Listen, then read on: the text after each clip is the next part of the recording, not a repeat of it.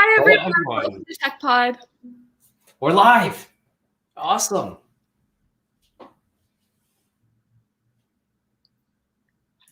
Where is everyone tuning in from? If you guys want to put that in the chat.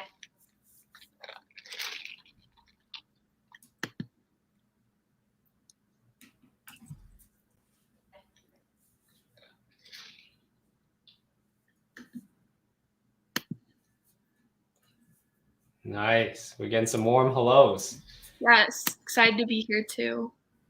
Hey, Vicky, what's up? Vicky is one of our co-founders. Warm hellos. Yes, excited to be here too. Hey, Vicky, what's up? Vicky is.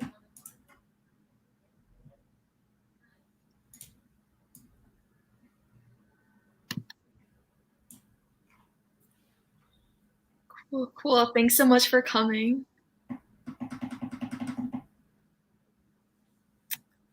Hey, Jason, what's up?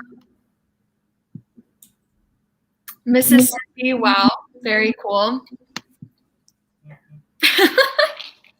It's a strawberry acai with water and light ice and no strawberries. That's like the key to it. It's really good.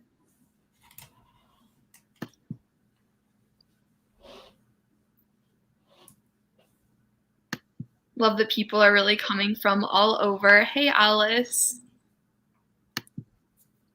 Chicago, very cool.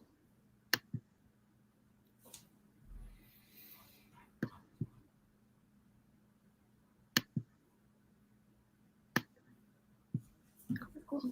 Ryan, you're in Canada, right? I am from Toronto, Canada. Very cool, very cool.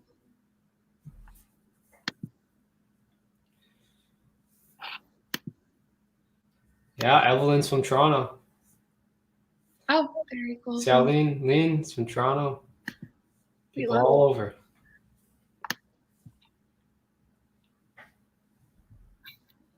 Okay. Yeah, I know this is awesome that everyone's really tuning in from like all across the country. Pretty crazy. All right, just so to give a little brief overview of TechPod for everyone from UT Austin tuning in, as well as anyone else who might be new here. We are an organization dedicated to helping students break into the business side of tech.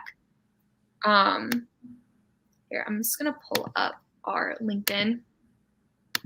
So fun fact, we are like 4 people away from hitting 5,000 followers on LinkedIn. So if you guys want to help us out and learn hacks about getting those business roles at coveted tech companies, be sure to give us a follow on there.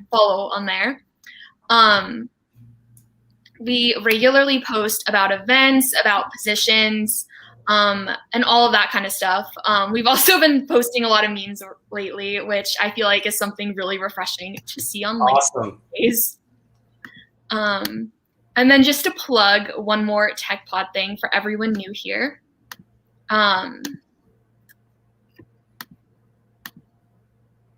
If you want to subscribe to our newsletter, we currently have 12,000 subscribers, which is pretty crazy.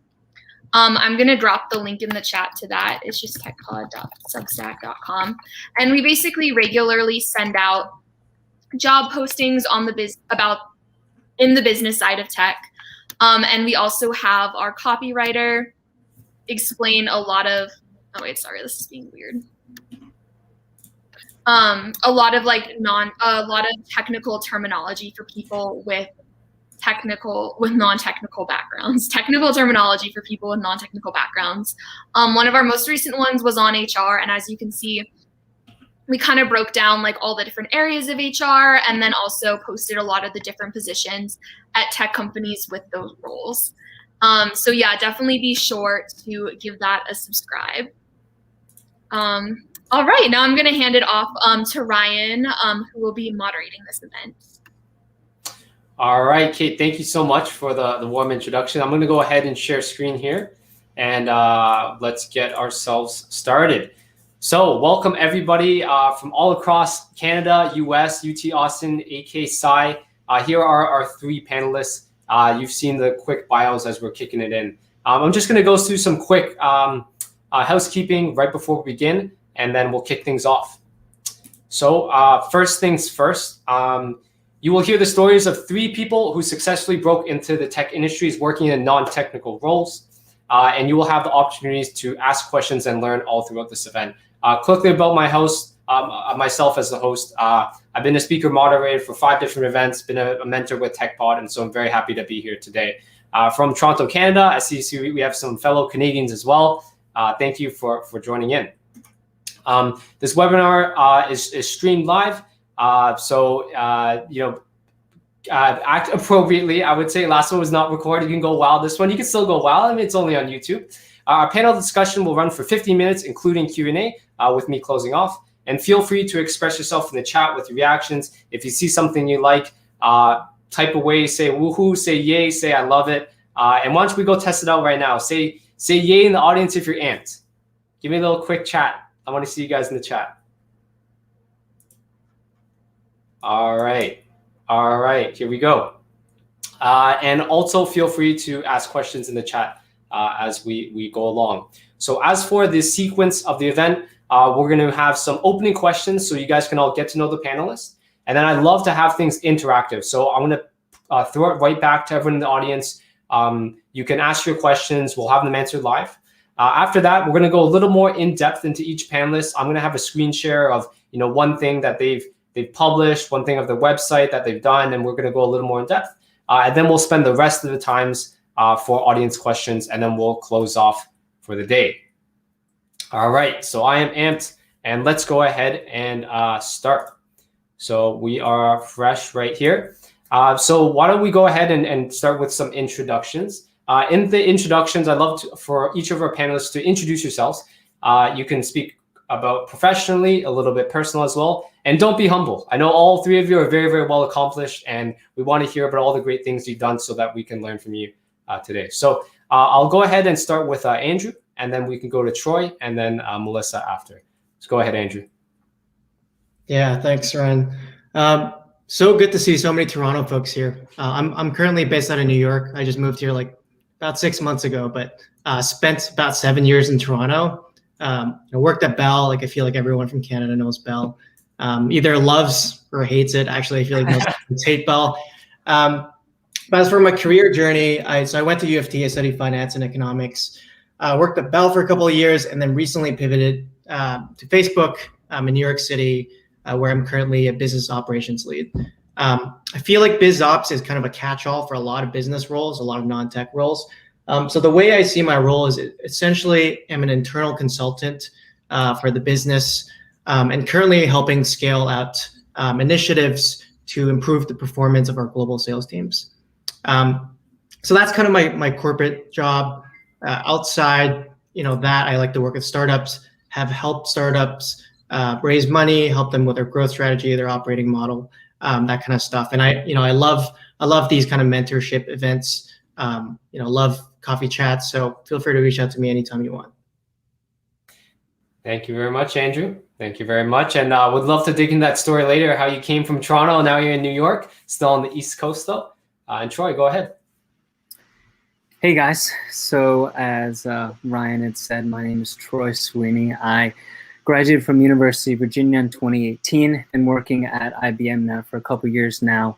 While I was at UVA, I majored in economics, similar to Andrew. It seems to be a trend for those of us who break into tech here. But I had a great experience there with my econ classes, got some experience in marketing operations while I was there.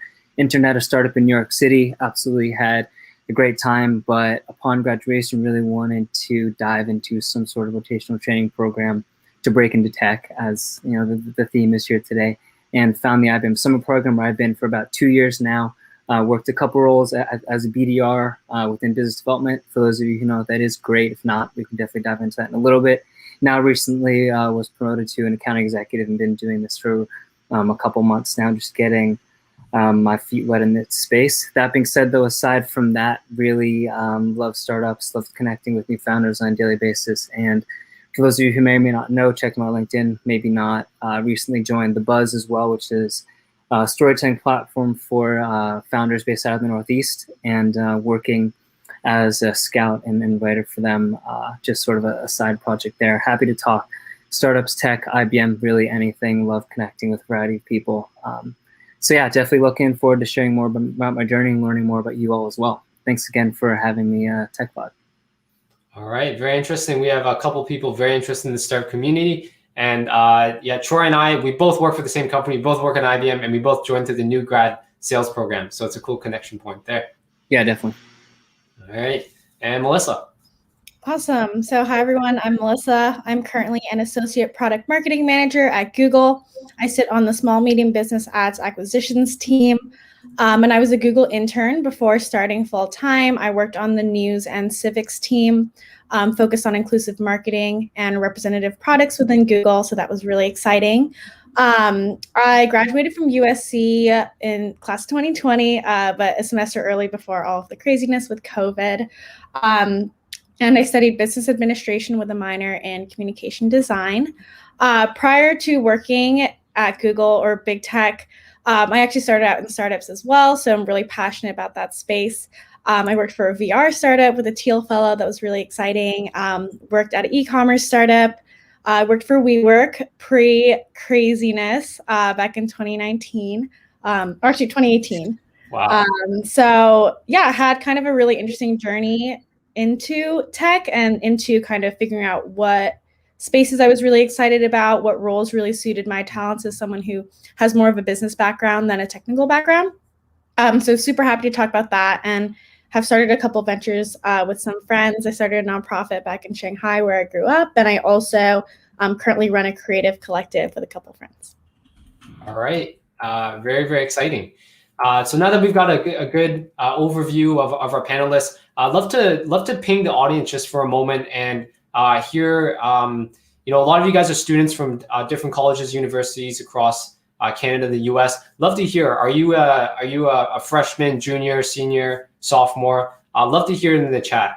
If you're in Canada, you can say first year, second year, third year, fourth year. It'll help us gauge kind of where our audience is coming from in terms of experience.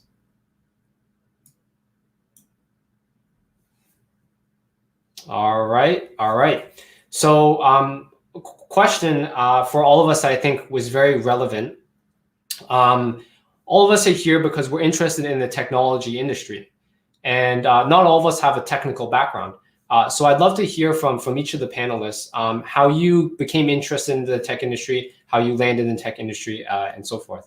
Melissa, I'd love to hear from you first, and we'll go Andrew and Troy. Yeah, totally. So how I kind of got interested in tech was a really interesting experience. It kind of started with that internship at the VR startup. I think that was my freshman year of college. Just moved to the States, was really interested in exploring a lot of different things. And I think that's super important, especially at the start of college. You want to try everything because you don't necessarily know what suits your talents, your skill sets. You might discover something you like that you didn't know to try out. You might realize you actually hated something you thought you would love. So that was a really unique experience. I think, you know, at a startup, you wear so many different hats. I did marketing, I did community, I did some data work. It was just a really unique peek into tech and VR, you know, back in 2017, thinking a lot about immersive technologies. And as VR and AR adoption continues to grow, it was a really great way to kind of understand just the culture, the pace of tech, and understand what that looks like. I mentioned this a bit in my intro, but subsequently tried out a lot of other internships. I worked at Italic. They do luxury goods without brands. That was really interesting, based in LA. I was really interested in the founder and kind of the work that he had done before. We work with. I'm going to go ahead and share your LinkedIn as you go along. You've got a lot of experience. You've got a lot of experience. That's fantastic. So yeah, I'm gonna go ahead and share. Keep talking though. Keep talking. Okay. Oh my God, I don't remember when the last. Okay, so this is the one in VR. That was Mind Show, correct? Yes. Okay. So they don't exist anymore, but the founder Cosmo is really fantastic. He was part of the first or like the early cohort of Teal Fellows, which is what Peter Thiel does. You know, they'll give you $100K to drop out of school if you come to them with a compelling enough idea to start a venture. So super young founder, really interesting space in VR. He had run VRLA, which was like the largest VR convention in the States at the time. So that was really fascinating. I don't know. Hey, I think, yeah, let me keep on track. You got a lot of experience. I'd love to dig in. So I noticed from the audience, we do have a lot of freshmen. So, and I think what's interesting here is that this was one of your earliest internships. And I think oftentimes it is that early internship at tech that helps you kind of pave the path into future ones. So would you mind kind of sharing how this first internship opportunity came about? Yeah, I love that question. It was super random. I actually applied to like dozens of jobs my freshman year. And I was super lucky that this was a job that like I had followed up on. I had been really interested in working with Cosmo, particularly the founder. And I think just like shoot your shot as a freshman. It's really hard to get your foot in the door. Like there's plenty of things I've done and there's plenty of things I've gotten like rejections from as well, right? It's part of the process. You won't get 100 yeses if you shoot your shot 100 times, right? That's just not how it works. So yeah, just try. I think I'm a really big fan of the cold email outreach. I think if you're really intentional, if you're thoughtful, if you can show how you're valuable and what you're excited about learning, people can't turn that down. So. All right. So let's fast forward to your latest internship. So you did an internship at Google on which you're going back full time. Can you speak more about that interview process or job hunt journey? Did you just shoot your shot there? Were you more targeted? How did that come about? Yeah, I've always actually been pretty interested in working at Google. I think like quite a few people, it's a very interesting company, and I had been keeping tabs on the opportunities there. So for more context, as an APMM intern, it was part of the BOLD internship program that Google runs, which is a program for business students interested in doing like business roles within Google. It's something you would do your junior summer. So I had been a part of a program. So any sophomores in the audience, there's a program called BOLD Immersion that you can apply for to do your sophomore summer. It's like a week-long immersion program. People will tell you things about Google roles, application processes, resume review. So I applied to the BOLD Immersion program, got accepted, kind of learned a bit more about the BOLD internship, then applied for the BOLD internship, got that one, and then converted to full-time after my internship experience. Fantastic. Thank you for showing us a path. Didn't even know that pathway existed. Yeah. So check it out, BOLD Immersion. And if you're a freshman, keep an eye out for that for sophomore year. BOLD Immersion. Okay. All right. We're going to shift over to Andrew here. How did you first get started in tech? I don't believe you studied an IT degree, right? No, finance and economics. Yeah. So, honestly, like I started interning pretty early as well, like freshman year. And honestly, I was really fortunate. My parents and my friends' parents had a large network. So I was able to, find an internship like at a large corporation pretty easily. So did that for a couple of years, did like internships at like large companies, didn't really enjoy it. And I think the reason I didn't enjoy it that much, it was, relatively, I couldn't make that much impact. Felt like I was like, you hear this a lot, but it's like, you feel like a cog in a wheel. And that feels really true at large companies. Like I worked at Nike, felt like my impact was like incremental at most. So then, I started doing some thinking on, how could I make more impact like around me? So one idea I had, and at this time I was like early, I was like freshman, sophomore year, and I was, studying business and marketing 101. And, I thought I was so smart because I knew the 4 Ps of marketing. Right. So I went around to like businesses around me, like really early stage businesses. And most of these businesses ended up being like early stage startups that were kind of receptive to this like sophomore reaching out and being like, hey, like I would love to help you with your marketing plan.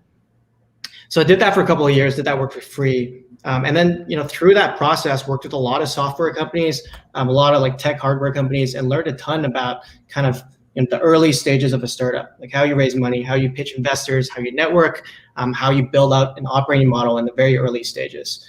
Wow. To supplement that with like reading. And so like I have like a mini bookshelf back there, and it's all tech books. It's like Blitzscaling, Hard Thing About Hard Things, all these classics you hear about. And so like those two experiences, like the reading and the learning, and then also like the real world application with like early stage startups, that really taught me a lot about kind of how tech companies operated. And actually, a lot of the insights from that experience I actually brought into like my Facebook, my tech interviews. So that's sort of the short story of how I kind of ramped myself up into like the tech world, how I learned about like. What I'm hearing is that you really, just like Melissa, like you shot your shot. Like you said, you looked at these startups that might need help, and you approach them, and you reach out to them, and you said, "Hey, how can I help out?" And then you took things into your own hands, also just reading and trying to gain your own knowledge. So it wasn't some specific big internship or some course at school. It's just you carved your own path there. Yeah, I think you put it really well. There's always some sort of value exchange. If I think back to me as a freshman, sophomore working with these early stage startups, like they get free resourcing from my end. Like happy to do the execution, happy to do the delivery. And on my end, I really learned kind of the in and outs of these software companies. So I have to ask, were some of these early internships, were they paid or were they unpaid because you want to just build experience? They weren't even really internships. It was me reaching out to the CEOs on LinkedIn and being, hey, I'll work for free. So I guess that answers your question. But I was like super bored, right? I had my studying, and then outside my studying, I had like whatever basketball. And then beyond that, I was just really, really bored. So I made it a habit to reach out to someone on LinkedIn like every week or something. Wow. Okay. The power of online networking. And I guess what accelerating to today, you were working in Toronto, Canada, where you also went to university. And then now you're in New York City. How did the opportunity to work at Facebook in New York City come up? Yeah, it was, I'd always wanted to live in New York. And so I'm Canadian. And as you know, the pivot is quite hard because you have to get sponsored on a TM, H-1B, whatever.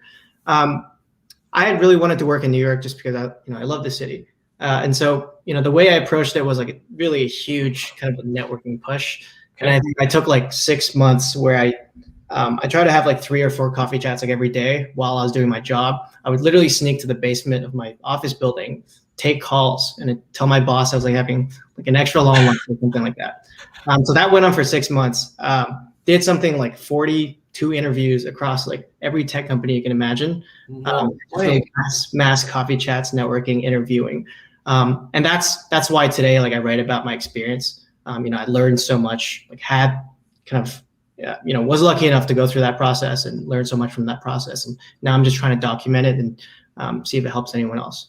Wow. Okay. Again, it sounds like when you set your mind on something, you go right towards it. And that's a great way to run one's career. It's worth it for New York City. An amazing place. Yeah, New York City. Are you a hip hop fan? If you love hip hop, New York's definitely a place to be. Yeah. I like Drake though. So, Oh, yes.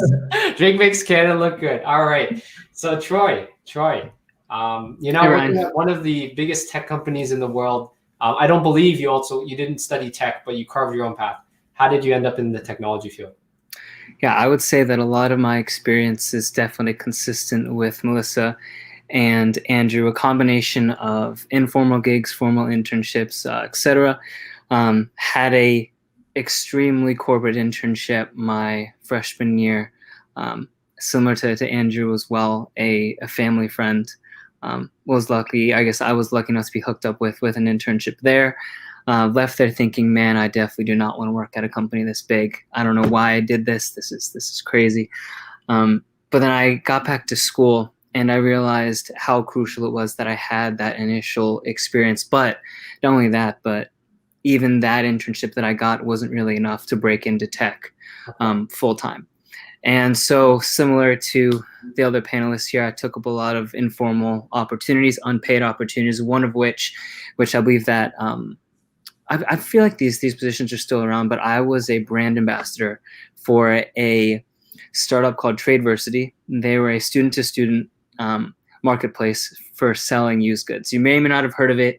It only made it to about, I want to say, 15 to 20 schools around the country. It was really big, only around on the East Coast. And got really close with the founder, though. We had reached out to him via LinkedIn because I had noticed that they were hiring brand ambassadors and, was running various events for them.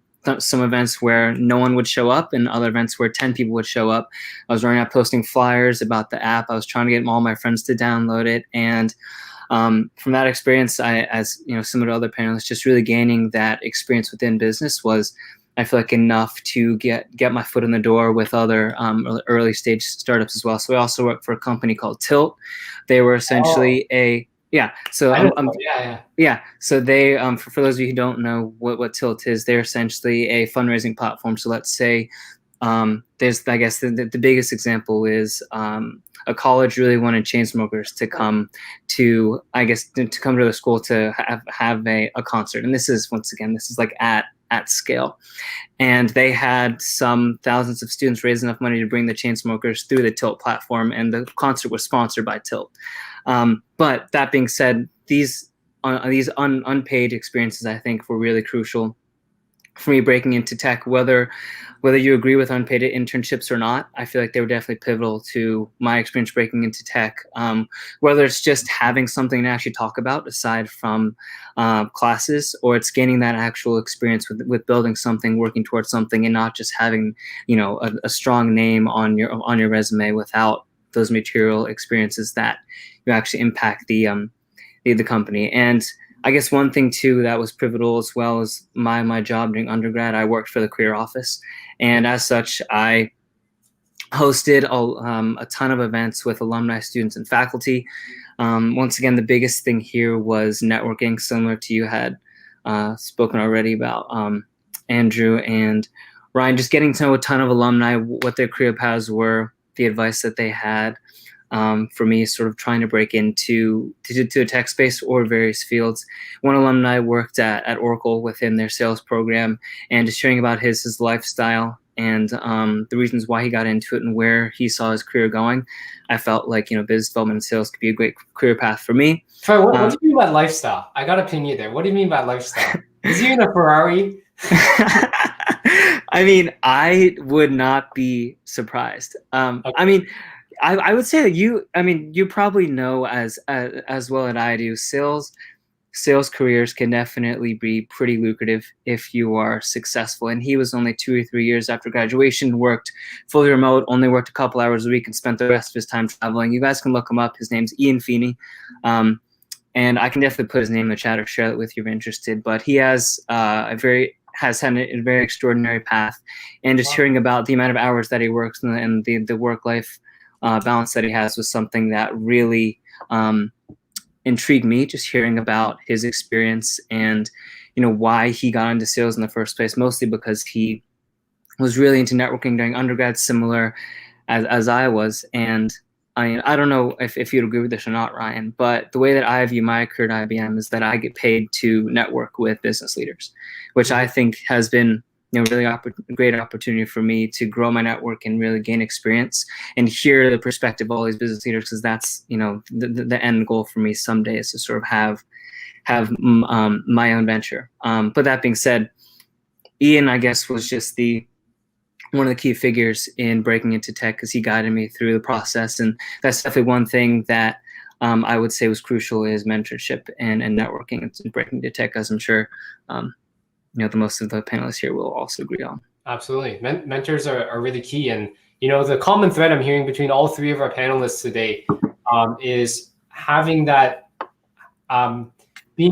taking the first opportunity you can in tech to be that building block to build up your skills, whether that's an unpaid internship, a campus ambassador position, or volunteering within the university or community. And me, myself, I took a job in door-to-door sales. True story. 100% commission, basically unpaid. At the end of the summer, though, I was getting paid because I was good at it. But that helped me build up my credibility to take on an early sales internship at a big company.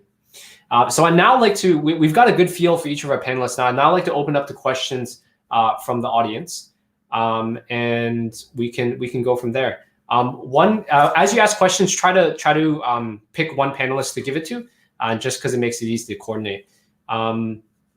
One question we got earlier on that I'd like to bring forward to Melisa is, do we have to work in non-tech companies first to get jobs in tech after? And let me know if you'd like to repeat it. Oh, interesting question. No, you can definitely start in tech. I think, within tech companies, there are so many different roles and functions that people need for the jobs or like the company to just move forward, right? Like you can't have a tech company with just software engineers. You need marketers, you need people doing operations, you need people doing finance, HR, like you need all of these other functional roles. Yeah, I think there honestly now so many companies just involve tech in some way, right? I think you'd be really hard pressed to find a company that has no digital presence, has no like tech involved whatsoever. I think there are a lot of places where there's a lot of fusion in what you're creating. So yeah, you can definitely try a lot of different things. Question for Andrew from Zidane Tan. Were you sponsored with an H-1B visa? So it's related to moving to the US as a Canadian. Yeah, I'm currently on a TN1 for Canadians. I'm applying again an H-1B, so we'll see what happens. I see. And I guess a follow-up question. So so the TN1 visa is the basically the NAFTA visa from what I've heard. And did the company have to make a special case in order to hire you as like a special talent of some sort? So I think for the big tech companies, especially, I mean, for Facebook, you have to be above a certain level. So there are leveling guidelines, but no special case. I think for most folks, they'll sponsor. Okay. And did they take a special, I guess, was it a barrier that you didn't have an American passport in the application process, or they just said, hey, we take the best people no matter what? For Facebook specifically, or for kind of any? I guess, yeah, all of them that you applied to, since you applied to many. Yeah, so for Facebook is pretty smooth. A few other companies, like for example, like Uber, pretty smooth. But for a lot of other companies, like a lot of rejections. They're not willing to sponsor. They're not willing. I see. That's very useful information. I might come down to New York one day too. It's only a couple hours away. Nice. We'll take a question from Jackson B and then come up to Erica. Question from Jackson: how did you turn your unpaid internship into a paid one? Would any of you like to take this one? How did you take your unpaid internship into a paid one?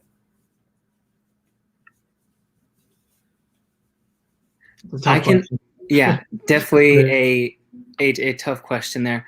What I would say is it very depends on the company and the position itself. I think that those are expectations to sort out prior to taking an unpaid internship. It's being transparent with those that you're interviewing with the company, even if it's a friend who you'd be working with, is setting those expectations up front and asking the question, while this is unpaid now, is there an opportunity for it to be paid in the future? I think that's more important than going through an unpaid internship and expecting that it will turn into a paid one without having that conversation beforehand. So I think ask and you shall receive. And the whole purpose of an unpaid internship is to build the experience to get a paid one. So if they don't offer to pay you, then say, I'll take my skills elsewhere, right? Thank you for the help. And then one thing that I'll say on top of that too, Ryan, I mean, you can definitely, I guess, answer this as well, but it also depends on the position too. So maybe it starts out as paid, but then maybe it's 100% commission. So it's, hey, if I can go and find 5 restaurants for you to partner with, and let's say you make $100 off each partnership, like, can I get a cut of that? So it's also taking it a step further and offering your services, but also asking for something in return as well. And I think, which is pretty important there. Mm-hmm. Mm-hmm. Can I add to that? I think that's a really great point that you touched on.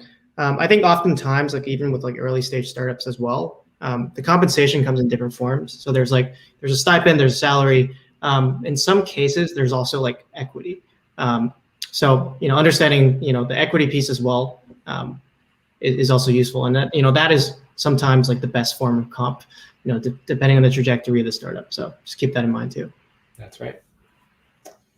Okay, next question here. We'll move to Melisa. Any tips for applying to the Google APMM program? From Mike Deng. Yeah, so when you actually apply to be an APMM, or it's through the BOLD program, so that's another thing too. You apply generally to the BOLD program, and then they'll slot you into a role that best suits what your past experience or what you're interested in. So for me, like I had done a lot of previous marketing roles.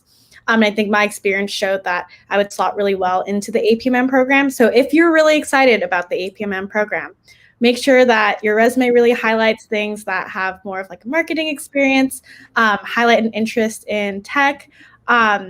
They really like people that are self-starters, pretty entrepreneurial. But I think the biggest thing, this is cliche, but do be yourself. Like there isn't a certain archetype of a person in the APMM program. Our cohorts are really small. There's like less than 30 of us in my cohort, and everyone is super different. Not everyone had studied business. Not everyone had worked in tech prior to being a part of the APMM program and the internship. So people just really leaned into their strengths. They really highlighted what they were passionate about, what they were good at, their specific value prop, what made them unique. And I really do want you to push to do that as well. I think, you know, with every career, or when people, I guess, tend to look at the APMM program, you feel like you have to be a certain archetype of person. I'm here to tell you that you don't. You have to be yourself. And if there's alignment there, it'll work out. Question from Vaishnavi. This is a question for all of us. How do you deal with imposter syndrome? Have you ever experienced it, especially as a new grad? How do you overcome it?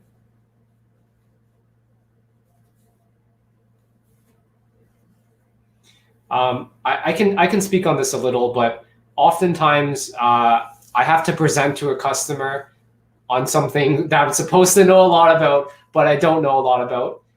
But what I do is always rely on my team. If you're a new grad and you're presenting to a VP, you're presenting to CIO, chances are you're not going to know everything. But you can prepare your best, and you can take down questions, and you can rely on your team members and always bring it back. That's what I'd say. I'll add to that. I think imposter, and we talk a lot about imposter syndrome at Facebook. I feel like it's actually an indicator that you're, you know, a high achiever, because most folks, they don't actually have the self-awareness to realize, oh, hey, I'm feeling imposter syndrome. So the fact that you're feeling that puts you in a sort of a spot where you're like, you know, sort of like there's a category called like insecure overachiever. So you're actually doing a great job, but you're so critical on your own ability that you know come up with this framework of imposter syndrome. So just know that if you're feeling that, you're probably already doing a great job. There might be some knowledge gaps that you may not understand because you're new to the company, but ultimately you're gonna end up filling those. And it's good that you have like a sense of self-awareness to know that you're feeling that way. Mm-hmm. Mm-hmm. You're right, yeah, self-awareness, that is true. Yeah. Question from Jason Paro. Troy, how did you feel, or how did you deal with the low or zero turnout events when you were hosting them and nobody turned up? I know that must have been a little unmotivating.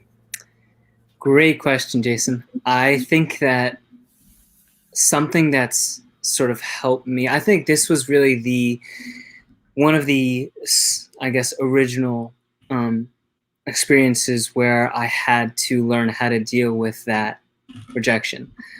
There was definitely rejection throughout high school, even into college with applying to clubs. I'm sure all the schools that you go to, even getting to clubs is extremely competitive. But I feel like when I would set up this event, put all the work into it, and then realize that no one came, your mindset really has to shift quickly toward preparing for that next event and not necessarily questioning. I guess there's definitely room for questioning why people didn't turn out to this one, but then it's taking those insights and implementing them to improve the next event to make sure that other people come. So I would just say that accepting rejection throughout your college and even professional experience is very important, and not letting that rejection discourage you from improving in the future, I think is really key. And I feel like it's key in no matter what you do, whether it's in academics and applying to internships. If you're not even performing that well in your internship or in your full-time job, it's being able to learn how to handle that rejection and bounce back and learn from those experiences. I feel like that really makes, these somewhat discouraging experiences worth actually going through. So hope that helps, Jason. Mm-hmm. Mm-hmm. Question from Christy. How have any of your responsibilities or jobs changed since quarantine or the pandemic? Melisa, I'd love to hear on your end. Yeah, so I actually started my role in COVID. Okay. Super crazy experience. I started last April, so it's been almost a full year. Onboarded remotely. I have never met any of my teammates in person. So very different experience from my internship, right? Like being on Google campus, getting lunch with my teammates every day. Like that environment was completely different from, what I had experienced before. I think strategies and responsibilities, how they've changed. We've had to gear a lot of our marketing programs to be very like COVID appropriate and be very mindful of the current business landscape. So I work with small, medium businesses. As we know, small, medium businesses are being hit the hardest during this pandemic. It's really hard to stay afloat. And we really want to make sure that our products are helping these businesses and also just being mindful of like the challenges that they're facing right now. With messaging, it's a lot about like being very clear in the goal and also being very just aware of how you can use like creativity to reach your user in a way that really resonates. So yeah, we've shifted a lot of our marketing strategy. We've changed a lot of our tone. We've changed a lot of our outreach strategies. Obviously, I mean, COVID impacts everyone. It's been impacting everyone's lives. So there's no way it wouldn't have changed kind of our outlook on our quarterly planning, on our goals. But I think a big part of it is just going with the flow, right? Things will always change. This is something that no one could have kind of predicted. So it's our role to just do what we can. Being a part of Google, they have a really big impact on a lot of our users. So just doing our best to help support them. Right. You have to adapt. And hopefully your team members have been sending you virtual Uber Eats gift cards and other things to make you feel like a part of the team. Yeah. I think this is a good time to segment into in-depth a part of the discussion. Andrew, he wrote a LinkedIn post called Art of the Virtual Coffee Chat, which I think really relates to the topic of the pandemic. I'm going to start by reading the first few sentences of it. And Andrew, I'd love you to kind of walk through what you feel are the key takeaways the audience can take from this post. So I'm going to go ahead and share screen here. Okay, I'm going to start with the first. It was a lot easier to expand your network in 2020. Industry conferences, networking mixers, and business happy hours were a regular occurrence. Back then, you simply grabbed a friend of a colleague and just went. Now, during the pandemic, the one tool I've embraced the most is the virtual coffee chat. It's the art of finding someone you like to learn from and reach out to in a humble and intentional way. So, Andrew, walk us through a little bit more of your inspiration and your process here. Yeah, thanks for liking it, by the way. I think I wrote that like a couple of months ago. I don't really even remember what's on it. But I was I talked earlier about how I did a ton of coffee chats, used those coffee chats essentially as like a tactic to build relationships with folks, in New York when I was in Toronto. And I think, I did a lot of these coffee chats, last year and this year as well. And I realized a couple of things. And when I say coffee chats, I come from the perspective that, I'm reaching out to folks to kind of pick their brains about their career journey. So that's the orientation I'm coming from. And I think some of the things I realized is like one, it seems like it's common knowledge. You go to university and it's like everyone knows you have to do coffee chats. You have to do networking to kind of build out your professional network.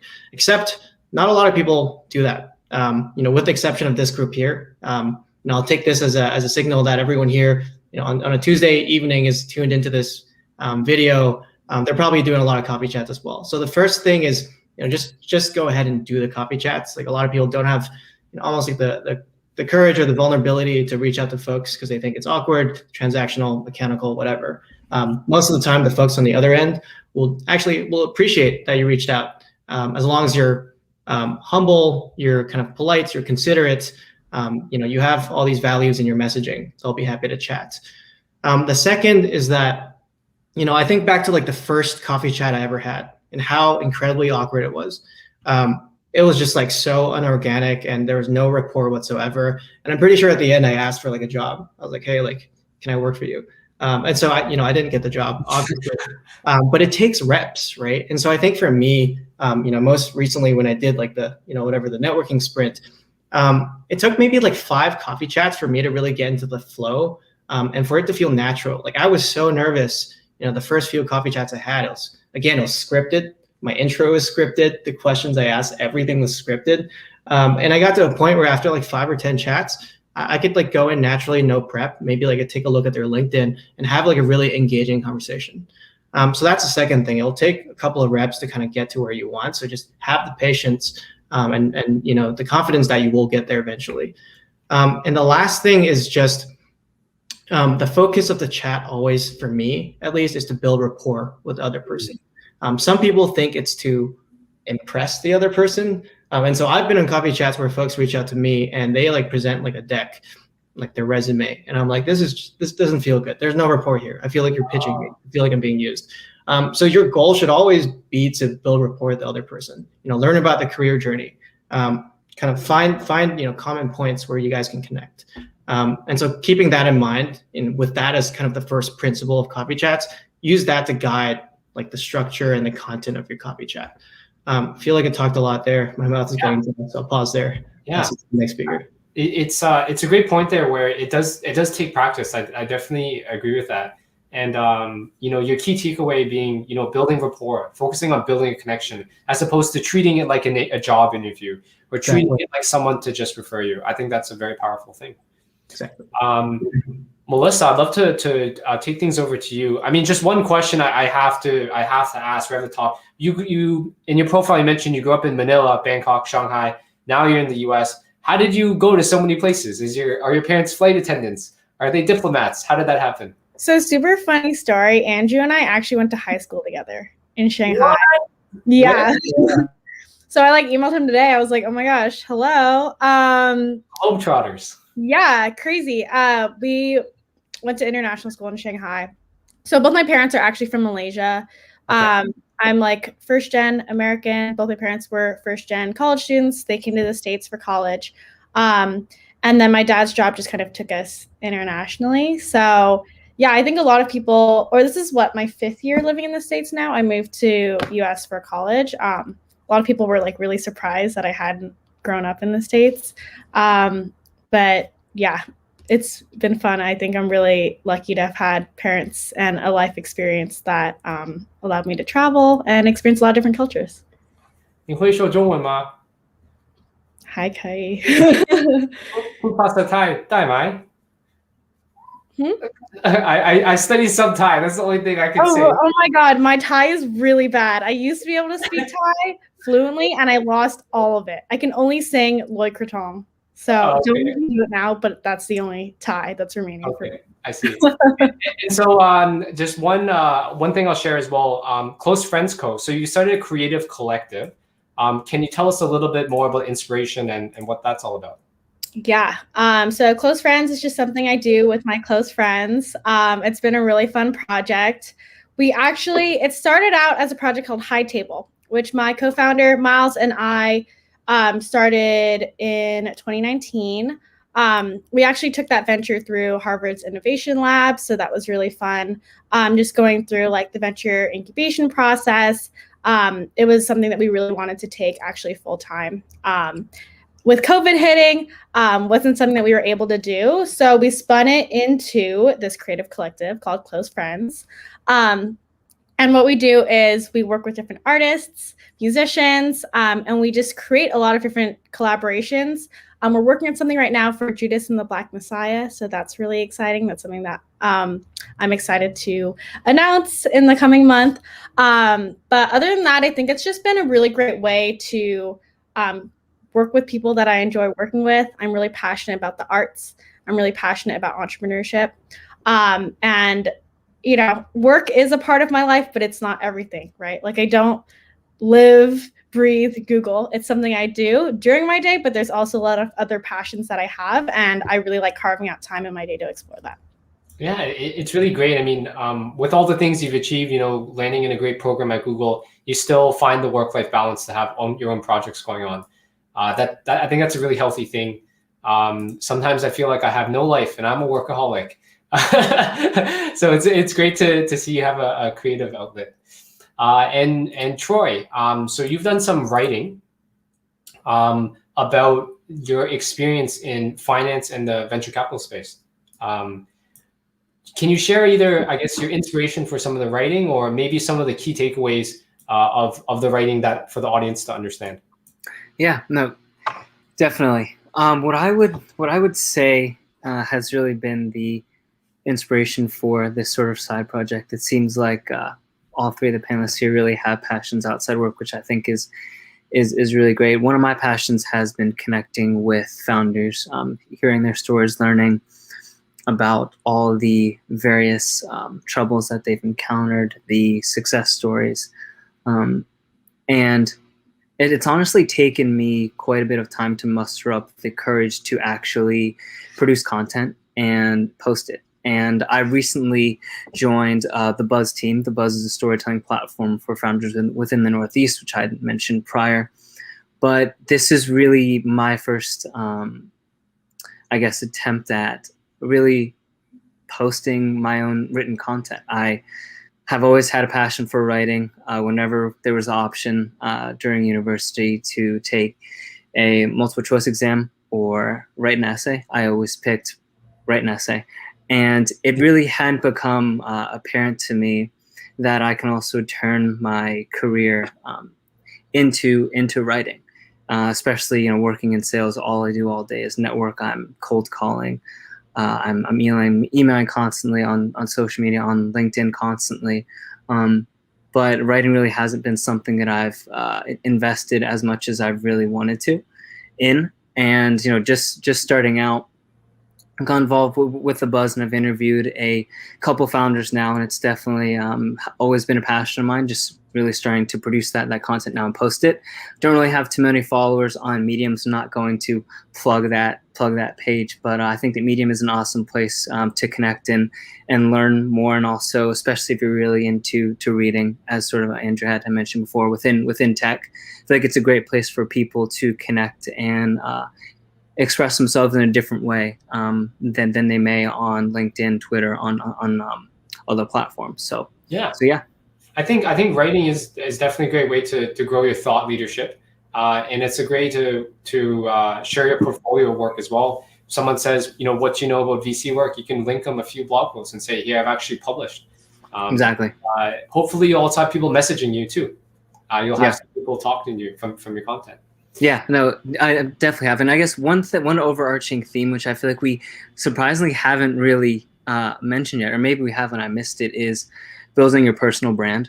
I feel like that's something that's really important during university, whether it's through your experiences, through your coursework, through really anything that you get involved in. It's really being selective about the projects that you take on, the work experiences that you take on, and the way that you also present that on LinkedIn, on various social media accounts, etc. I feel like we all have different projects that we're involved in, and at the end of the day, I feel like the goal is really to help build that personal brand, so that especially when you're in university, it's once you are applying for those jobs, it's what does that employer really see in me when they look at my LinkedIn? Can they tell what I'm passionate about? Can they tell what my goals are for the future? So I feel like that's just also something I thought I would add. Mm-hmm. Yeah, personal brands are a very good way to differentiate yourself, especially when you're a freshman, first year, second year. You don't have a lot of skills, but you have the heart, you have the passion, you have the brand. I think it's a powerful way. And back to the topic of networking. So we're going to spend the next 4 or 5 minutes just on Q&A, and then we're going to wrap up for the night. So we'll try and be sharp here. So question for Andrew from Kevin Lee. How do you end your coffee chats now? Any tips there? Sorry, how do I end them? Yeah, I guess maybe how you follow up with them and how you build a relationship as well would be good. Is this from the perspective of like me reaching out to folks, or folks reaching out to me and me having a coffee chat? Probably you reaching out as me reaching out. Okay. Yeah. I mean, I think the easy answer is like with gratitude. That's kind of the short and quick answer. It's like, thank you for meeting with me. Let's keep the conversation going. Let's keep in touch. And I think, I was looking at the questions and someone said, like, do you still keep in touch with your mentors or folks that you interned with like a while back? The answer is yes, 100%. Like any business relationship you've had throughout your career, keep that stuff in like a Google sheet or something. Keep tracking it, like apply some kind of rigor to it. Make sure your network isn't lost, right? Don't let it fall through the cracks. I kind of, went out of scope for this question, but back to this, just, thank you note, let's follow up. Typically like 3-4 months is a good time frame. I've had people reach out like, can we chat next week? Way too soon. 3-4 months is kind of the rule of thumb. Yeah, of course. I'll just add to that as well, if that's okay, Ryan. Yeah, go ahead. So what I would also add to that, Andrew, is also depends on the motivations for the coffee chat in the first place. So if you're reaching out to a founder because you want to help them with their venture in some capacity, then ending that coffee chat will be different than if it's just a general networking or mentoring call. So I feel like it's also understanding why that coffee chat is happening in the first place, and engaging what the next best steps are from there. So if the original motivation was, hey, founder, I noticed that you work within the education space and I would love to help contribute in some capacity, it's having those next steps at the end of the call with ways that you can contribute. If it's just a general mentoring call, then it's having next steps on when you should really follow up with them. It's setting that sort of next date, I feel like, which is really important, because I feel like sometimes what often happens when you engage in networking is like you get to the end of that and then you're like, okay, well, this is great, but like, what's actually next? When are we going to connect next? Like, and those next steps are always so unclear. So I feel like whether it's beforehand or it's even during the call, it's, setting up those expectations. So, hey, I think this is really cool that you do. I'm going to follow up in 2 weeks. And that's not necessarily always what will be the case, but I feel like having that idea beforehand of what you want to get out of the call and then having next steps based on what you were hoping to get out of it could also be pretty helpful during the process. Just because when you get to the end of the call, it's so hard to figure out how to really end it, besides the way that Andrew had mentioned. So having those next steps laid out prior, and they may change during it, I feel like is also pretty important too. Mm-hmm. Mm-hmm. Question from Joe. I'll take this. I don't think any of you three are from Austin, right? No. Thoughts on starting your postgraduate career in Austin? And I thought PG could also mean like Procter & Gamble, but I had to clarify with them. But what I hear is that there's a big exodus from San Francisco into Texas. Oracle's moved its headquarters. A couple other companies are moving headquarters to Austin. A lot of real estate, good tax. Question I'd like to pass to Melisa. In terms of how you approach coffee chats, do you have any tips or tricks to share there? Yeah, I think in outreach, I'm always open for coffee chats, but what I get really excited about is when like a student is out, like reaching out and they have very clear things they want to talk about and they've done the research beforehand. So that's the biggest thing too. If you show up to a coffee chat and you're like, what do you do at Google? Or you're like, what is the APMM program? That's not really a good use of anyone's time, right? So I think if you do the research, if you've looked up, everything online, Google it, there are resources, and then you have questions that are still left unanswered, bring that to the coffee chat, like bring that enthusiasm. And I saw there was a question too where people were asking like, how do you know who to reach out to, or like, what's a great way to build that network? At these companies that all of us work at here, like there are hundreds of thousands of people, right? There's so many people that work at these companies. Find someone who's like either background aligns with you, whose passions align with you, who you can kind of see your career wanting to look like theirs, something that feels more aligned than just something totally out of left field, very random, and kind of tying those strings together can lead to a really interesting conversation. Mm-hmm. Mm-hmm. To wrap up here, so one last question for Andrew, and then I'll have one last point from each panelist. Andrew, any book recommendations for tech? Yeah, I have so many book recommendations. So this is a really tough question. The starter one for a student that you did to get yourself started. That's a good place to start. Yeah, let's say The Everything Store. So the book on Amazon, I thought that was pretty interesting. The Everything Store. Okay. Yeah. And Melisa and Troy, any other, last words or resources you'd like to share? And I'll put your LinkedIn in the chat for them to, if you're open to connecting, of course, afterwards. Troy, yeah. Sorry. Last words. I would just say thanks, everyone, for joining. This has been awesome. I'm not closing it out, Ryan. Don't worry. But thanks, everyone, for joining. Always open to connecting with anyone on a variety of topics. I noticed that a couple of you didn't get your questions answered.